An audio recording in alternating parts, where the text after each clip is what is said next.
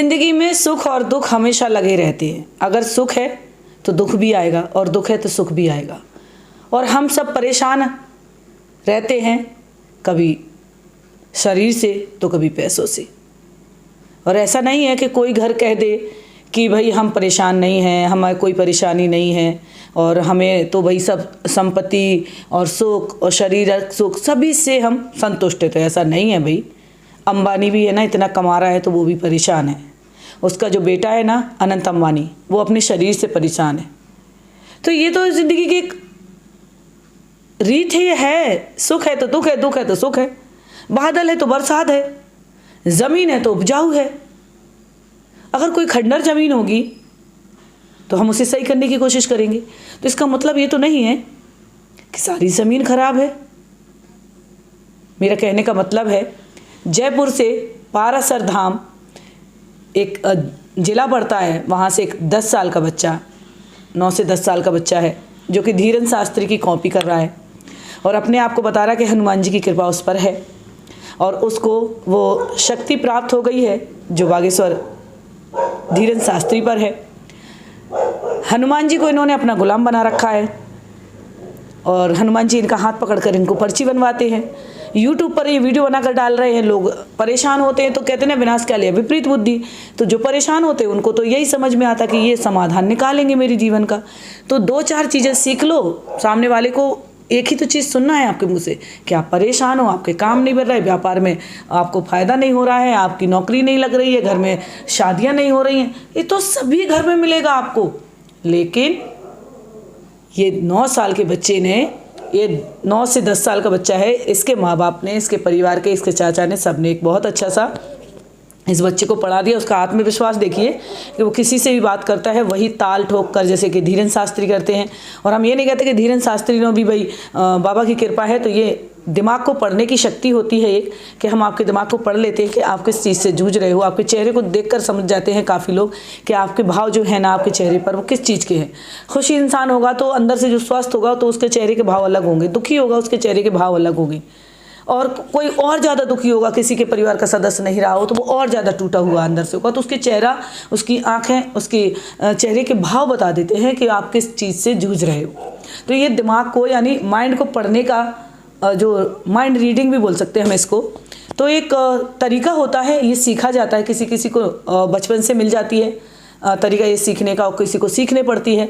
तो mind reading भी बोलते हैं हम इसको। तो ऐसी बातों पे ना फंसे और इन बच्चों को बढ़ावा जो दे रहे हैं पैसों कमाने के चक्कर में, एक नया धंधा ये खोल लिया है कि भाई हम तो बता देंगे तुम्हारे सुख दुख, तुम्हारे जीवन में चीज़ें कैसी होंगी, रोज़गार चलेगा, चलो चले जाओ, तुम्हारा तो रोज़गार चलेगा। तो भाई रोज़गार चलेगा, रोज़गार चलना हो तो चलेगा ना, काम से ढंग से करोगे आज, नहीं तो कल चलेगा। 12 महीने होते, 12 महीने में 4 महीने बरसात के होते, तो बरसात के महीने में अगर कोई चाहे कि रोज़गार नहीं चल रहा है, उसका कपड़ा का व्यापार नहीं चल रहा है, तो भाई कहाँ से चलेगा। बरसात का मौसम है।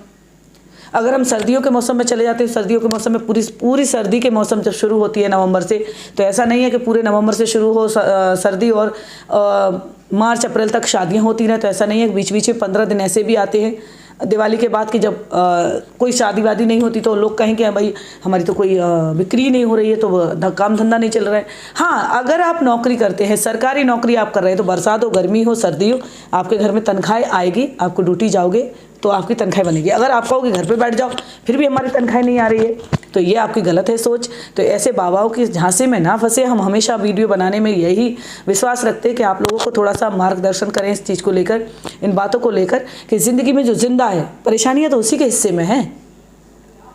सुखी इंसान तो वो है जो मर गया, उसे क्या है एहसास, क्या सुख है क्या दुख है। दुख की असली पहचान है, जिंदा रहने की असली पहचान ही यही है कि वो जो दुखों से जो परेशान है उसे एहसास है कि वो जिंदा है। जो मर गया उसे एहसास नहीं है। उसको जला दो, फेंक दो, काट दो, कूट दो, जो भी कर दो, चील कौओं को दे दो, किसी को भी कुछ भी कर दो, उसे एहसास नहीं है सुख और दुख क्या होती है, तकलीफ क्या होती है। तकलीफ जिंदा इंसानों के हिस्से में आती है। और ये बक बक बक बक जो करने बैठ जाते हैं ना, छोटे छोटे से बच्चे आजकल बैठ जा रहे हैं, भागवत करने के लिए बैठ जा रहे हैं, आपके पर्चा बनाने के लिए बैठ जा रहे हैं, और आप लोग जा रहे हो दूर दूर से, तो क्यों जा रहे हो आप? उन चीज़ों को देखो, कहाँ परेशानी हो रही, कौन सी चीज़ से गलती हो रही कि जो हम कामयाब नहीं हो रहे हैं। कहाँ, अब भाई अनंत अंबानी से पूछ लो ना, वो अपने शरीर का इलाज नहीं करा पा रहा, कहाँ पैसों की कमी है क्या उसके पास? नहीं है ना। जब उनके पास पैसों की कमी नहीं है और वो अपने शरीर को सही नहीं कर सकते, तो दुनिया में हर व्यक्ति परेशान है भाई। चाहे वो पैसा वाला हो चाहे गरीब हो। गरीब में चले जाओ तो वो सोचता है कि भाई पैसा आ जाए तो हम कुछ ये चीज़ें खरीद ले, वो चीज़ें खरीद।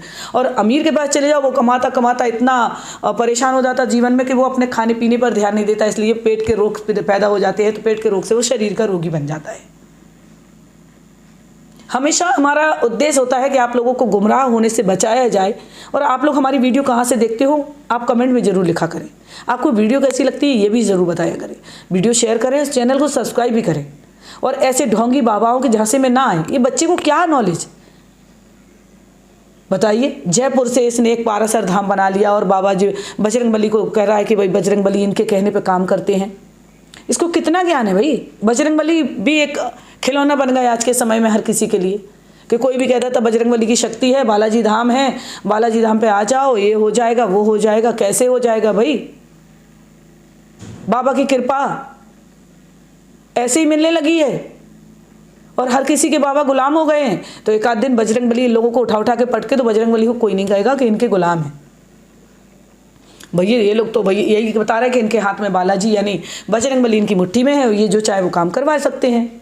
तो ऐसा ना करो। इनका धंधा पानी है। आपके धंधे पानी को बंद करके घंटों आपका इंतजार करवाएंगे, एक दरबार लगाएंगे, घर इनका बनेगा। देखना आज वो इतना गरीब है कि उसके घर में अभी ढंग से घर मकान भी नहीं, आने वाले समय में महल अटारी उसके होंगे और आपका पैसा उसके जेब में जाएंगे। क्योंकि आप जाएंगे तो अपना खुद का समय बर्बाद करेंगे, सफ़र में बर्बाद करेंगे समय, वहाँ पर बैठ कर समय बर्बाद करेंगे, फिर लाइन में खड़े होंगे, फिर भूखे रहेंगे, फिर पेशियाँ शुरू करेंगे, फिर उसके बाद वहाँ से चलेंगे तो कुछ चढ़ा कर भी आएंगे।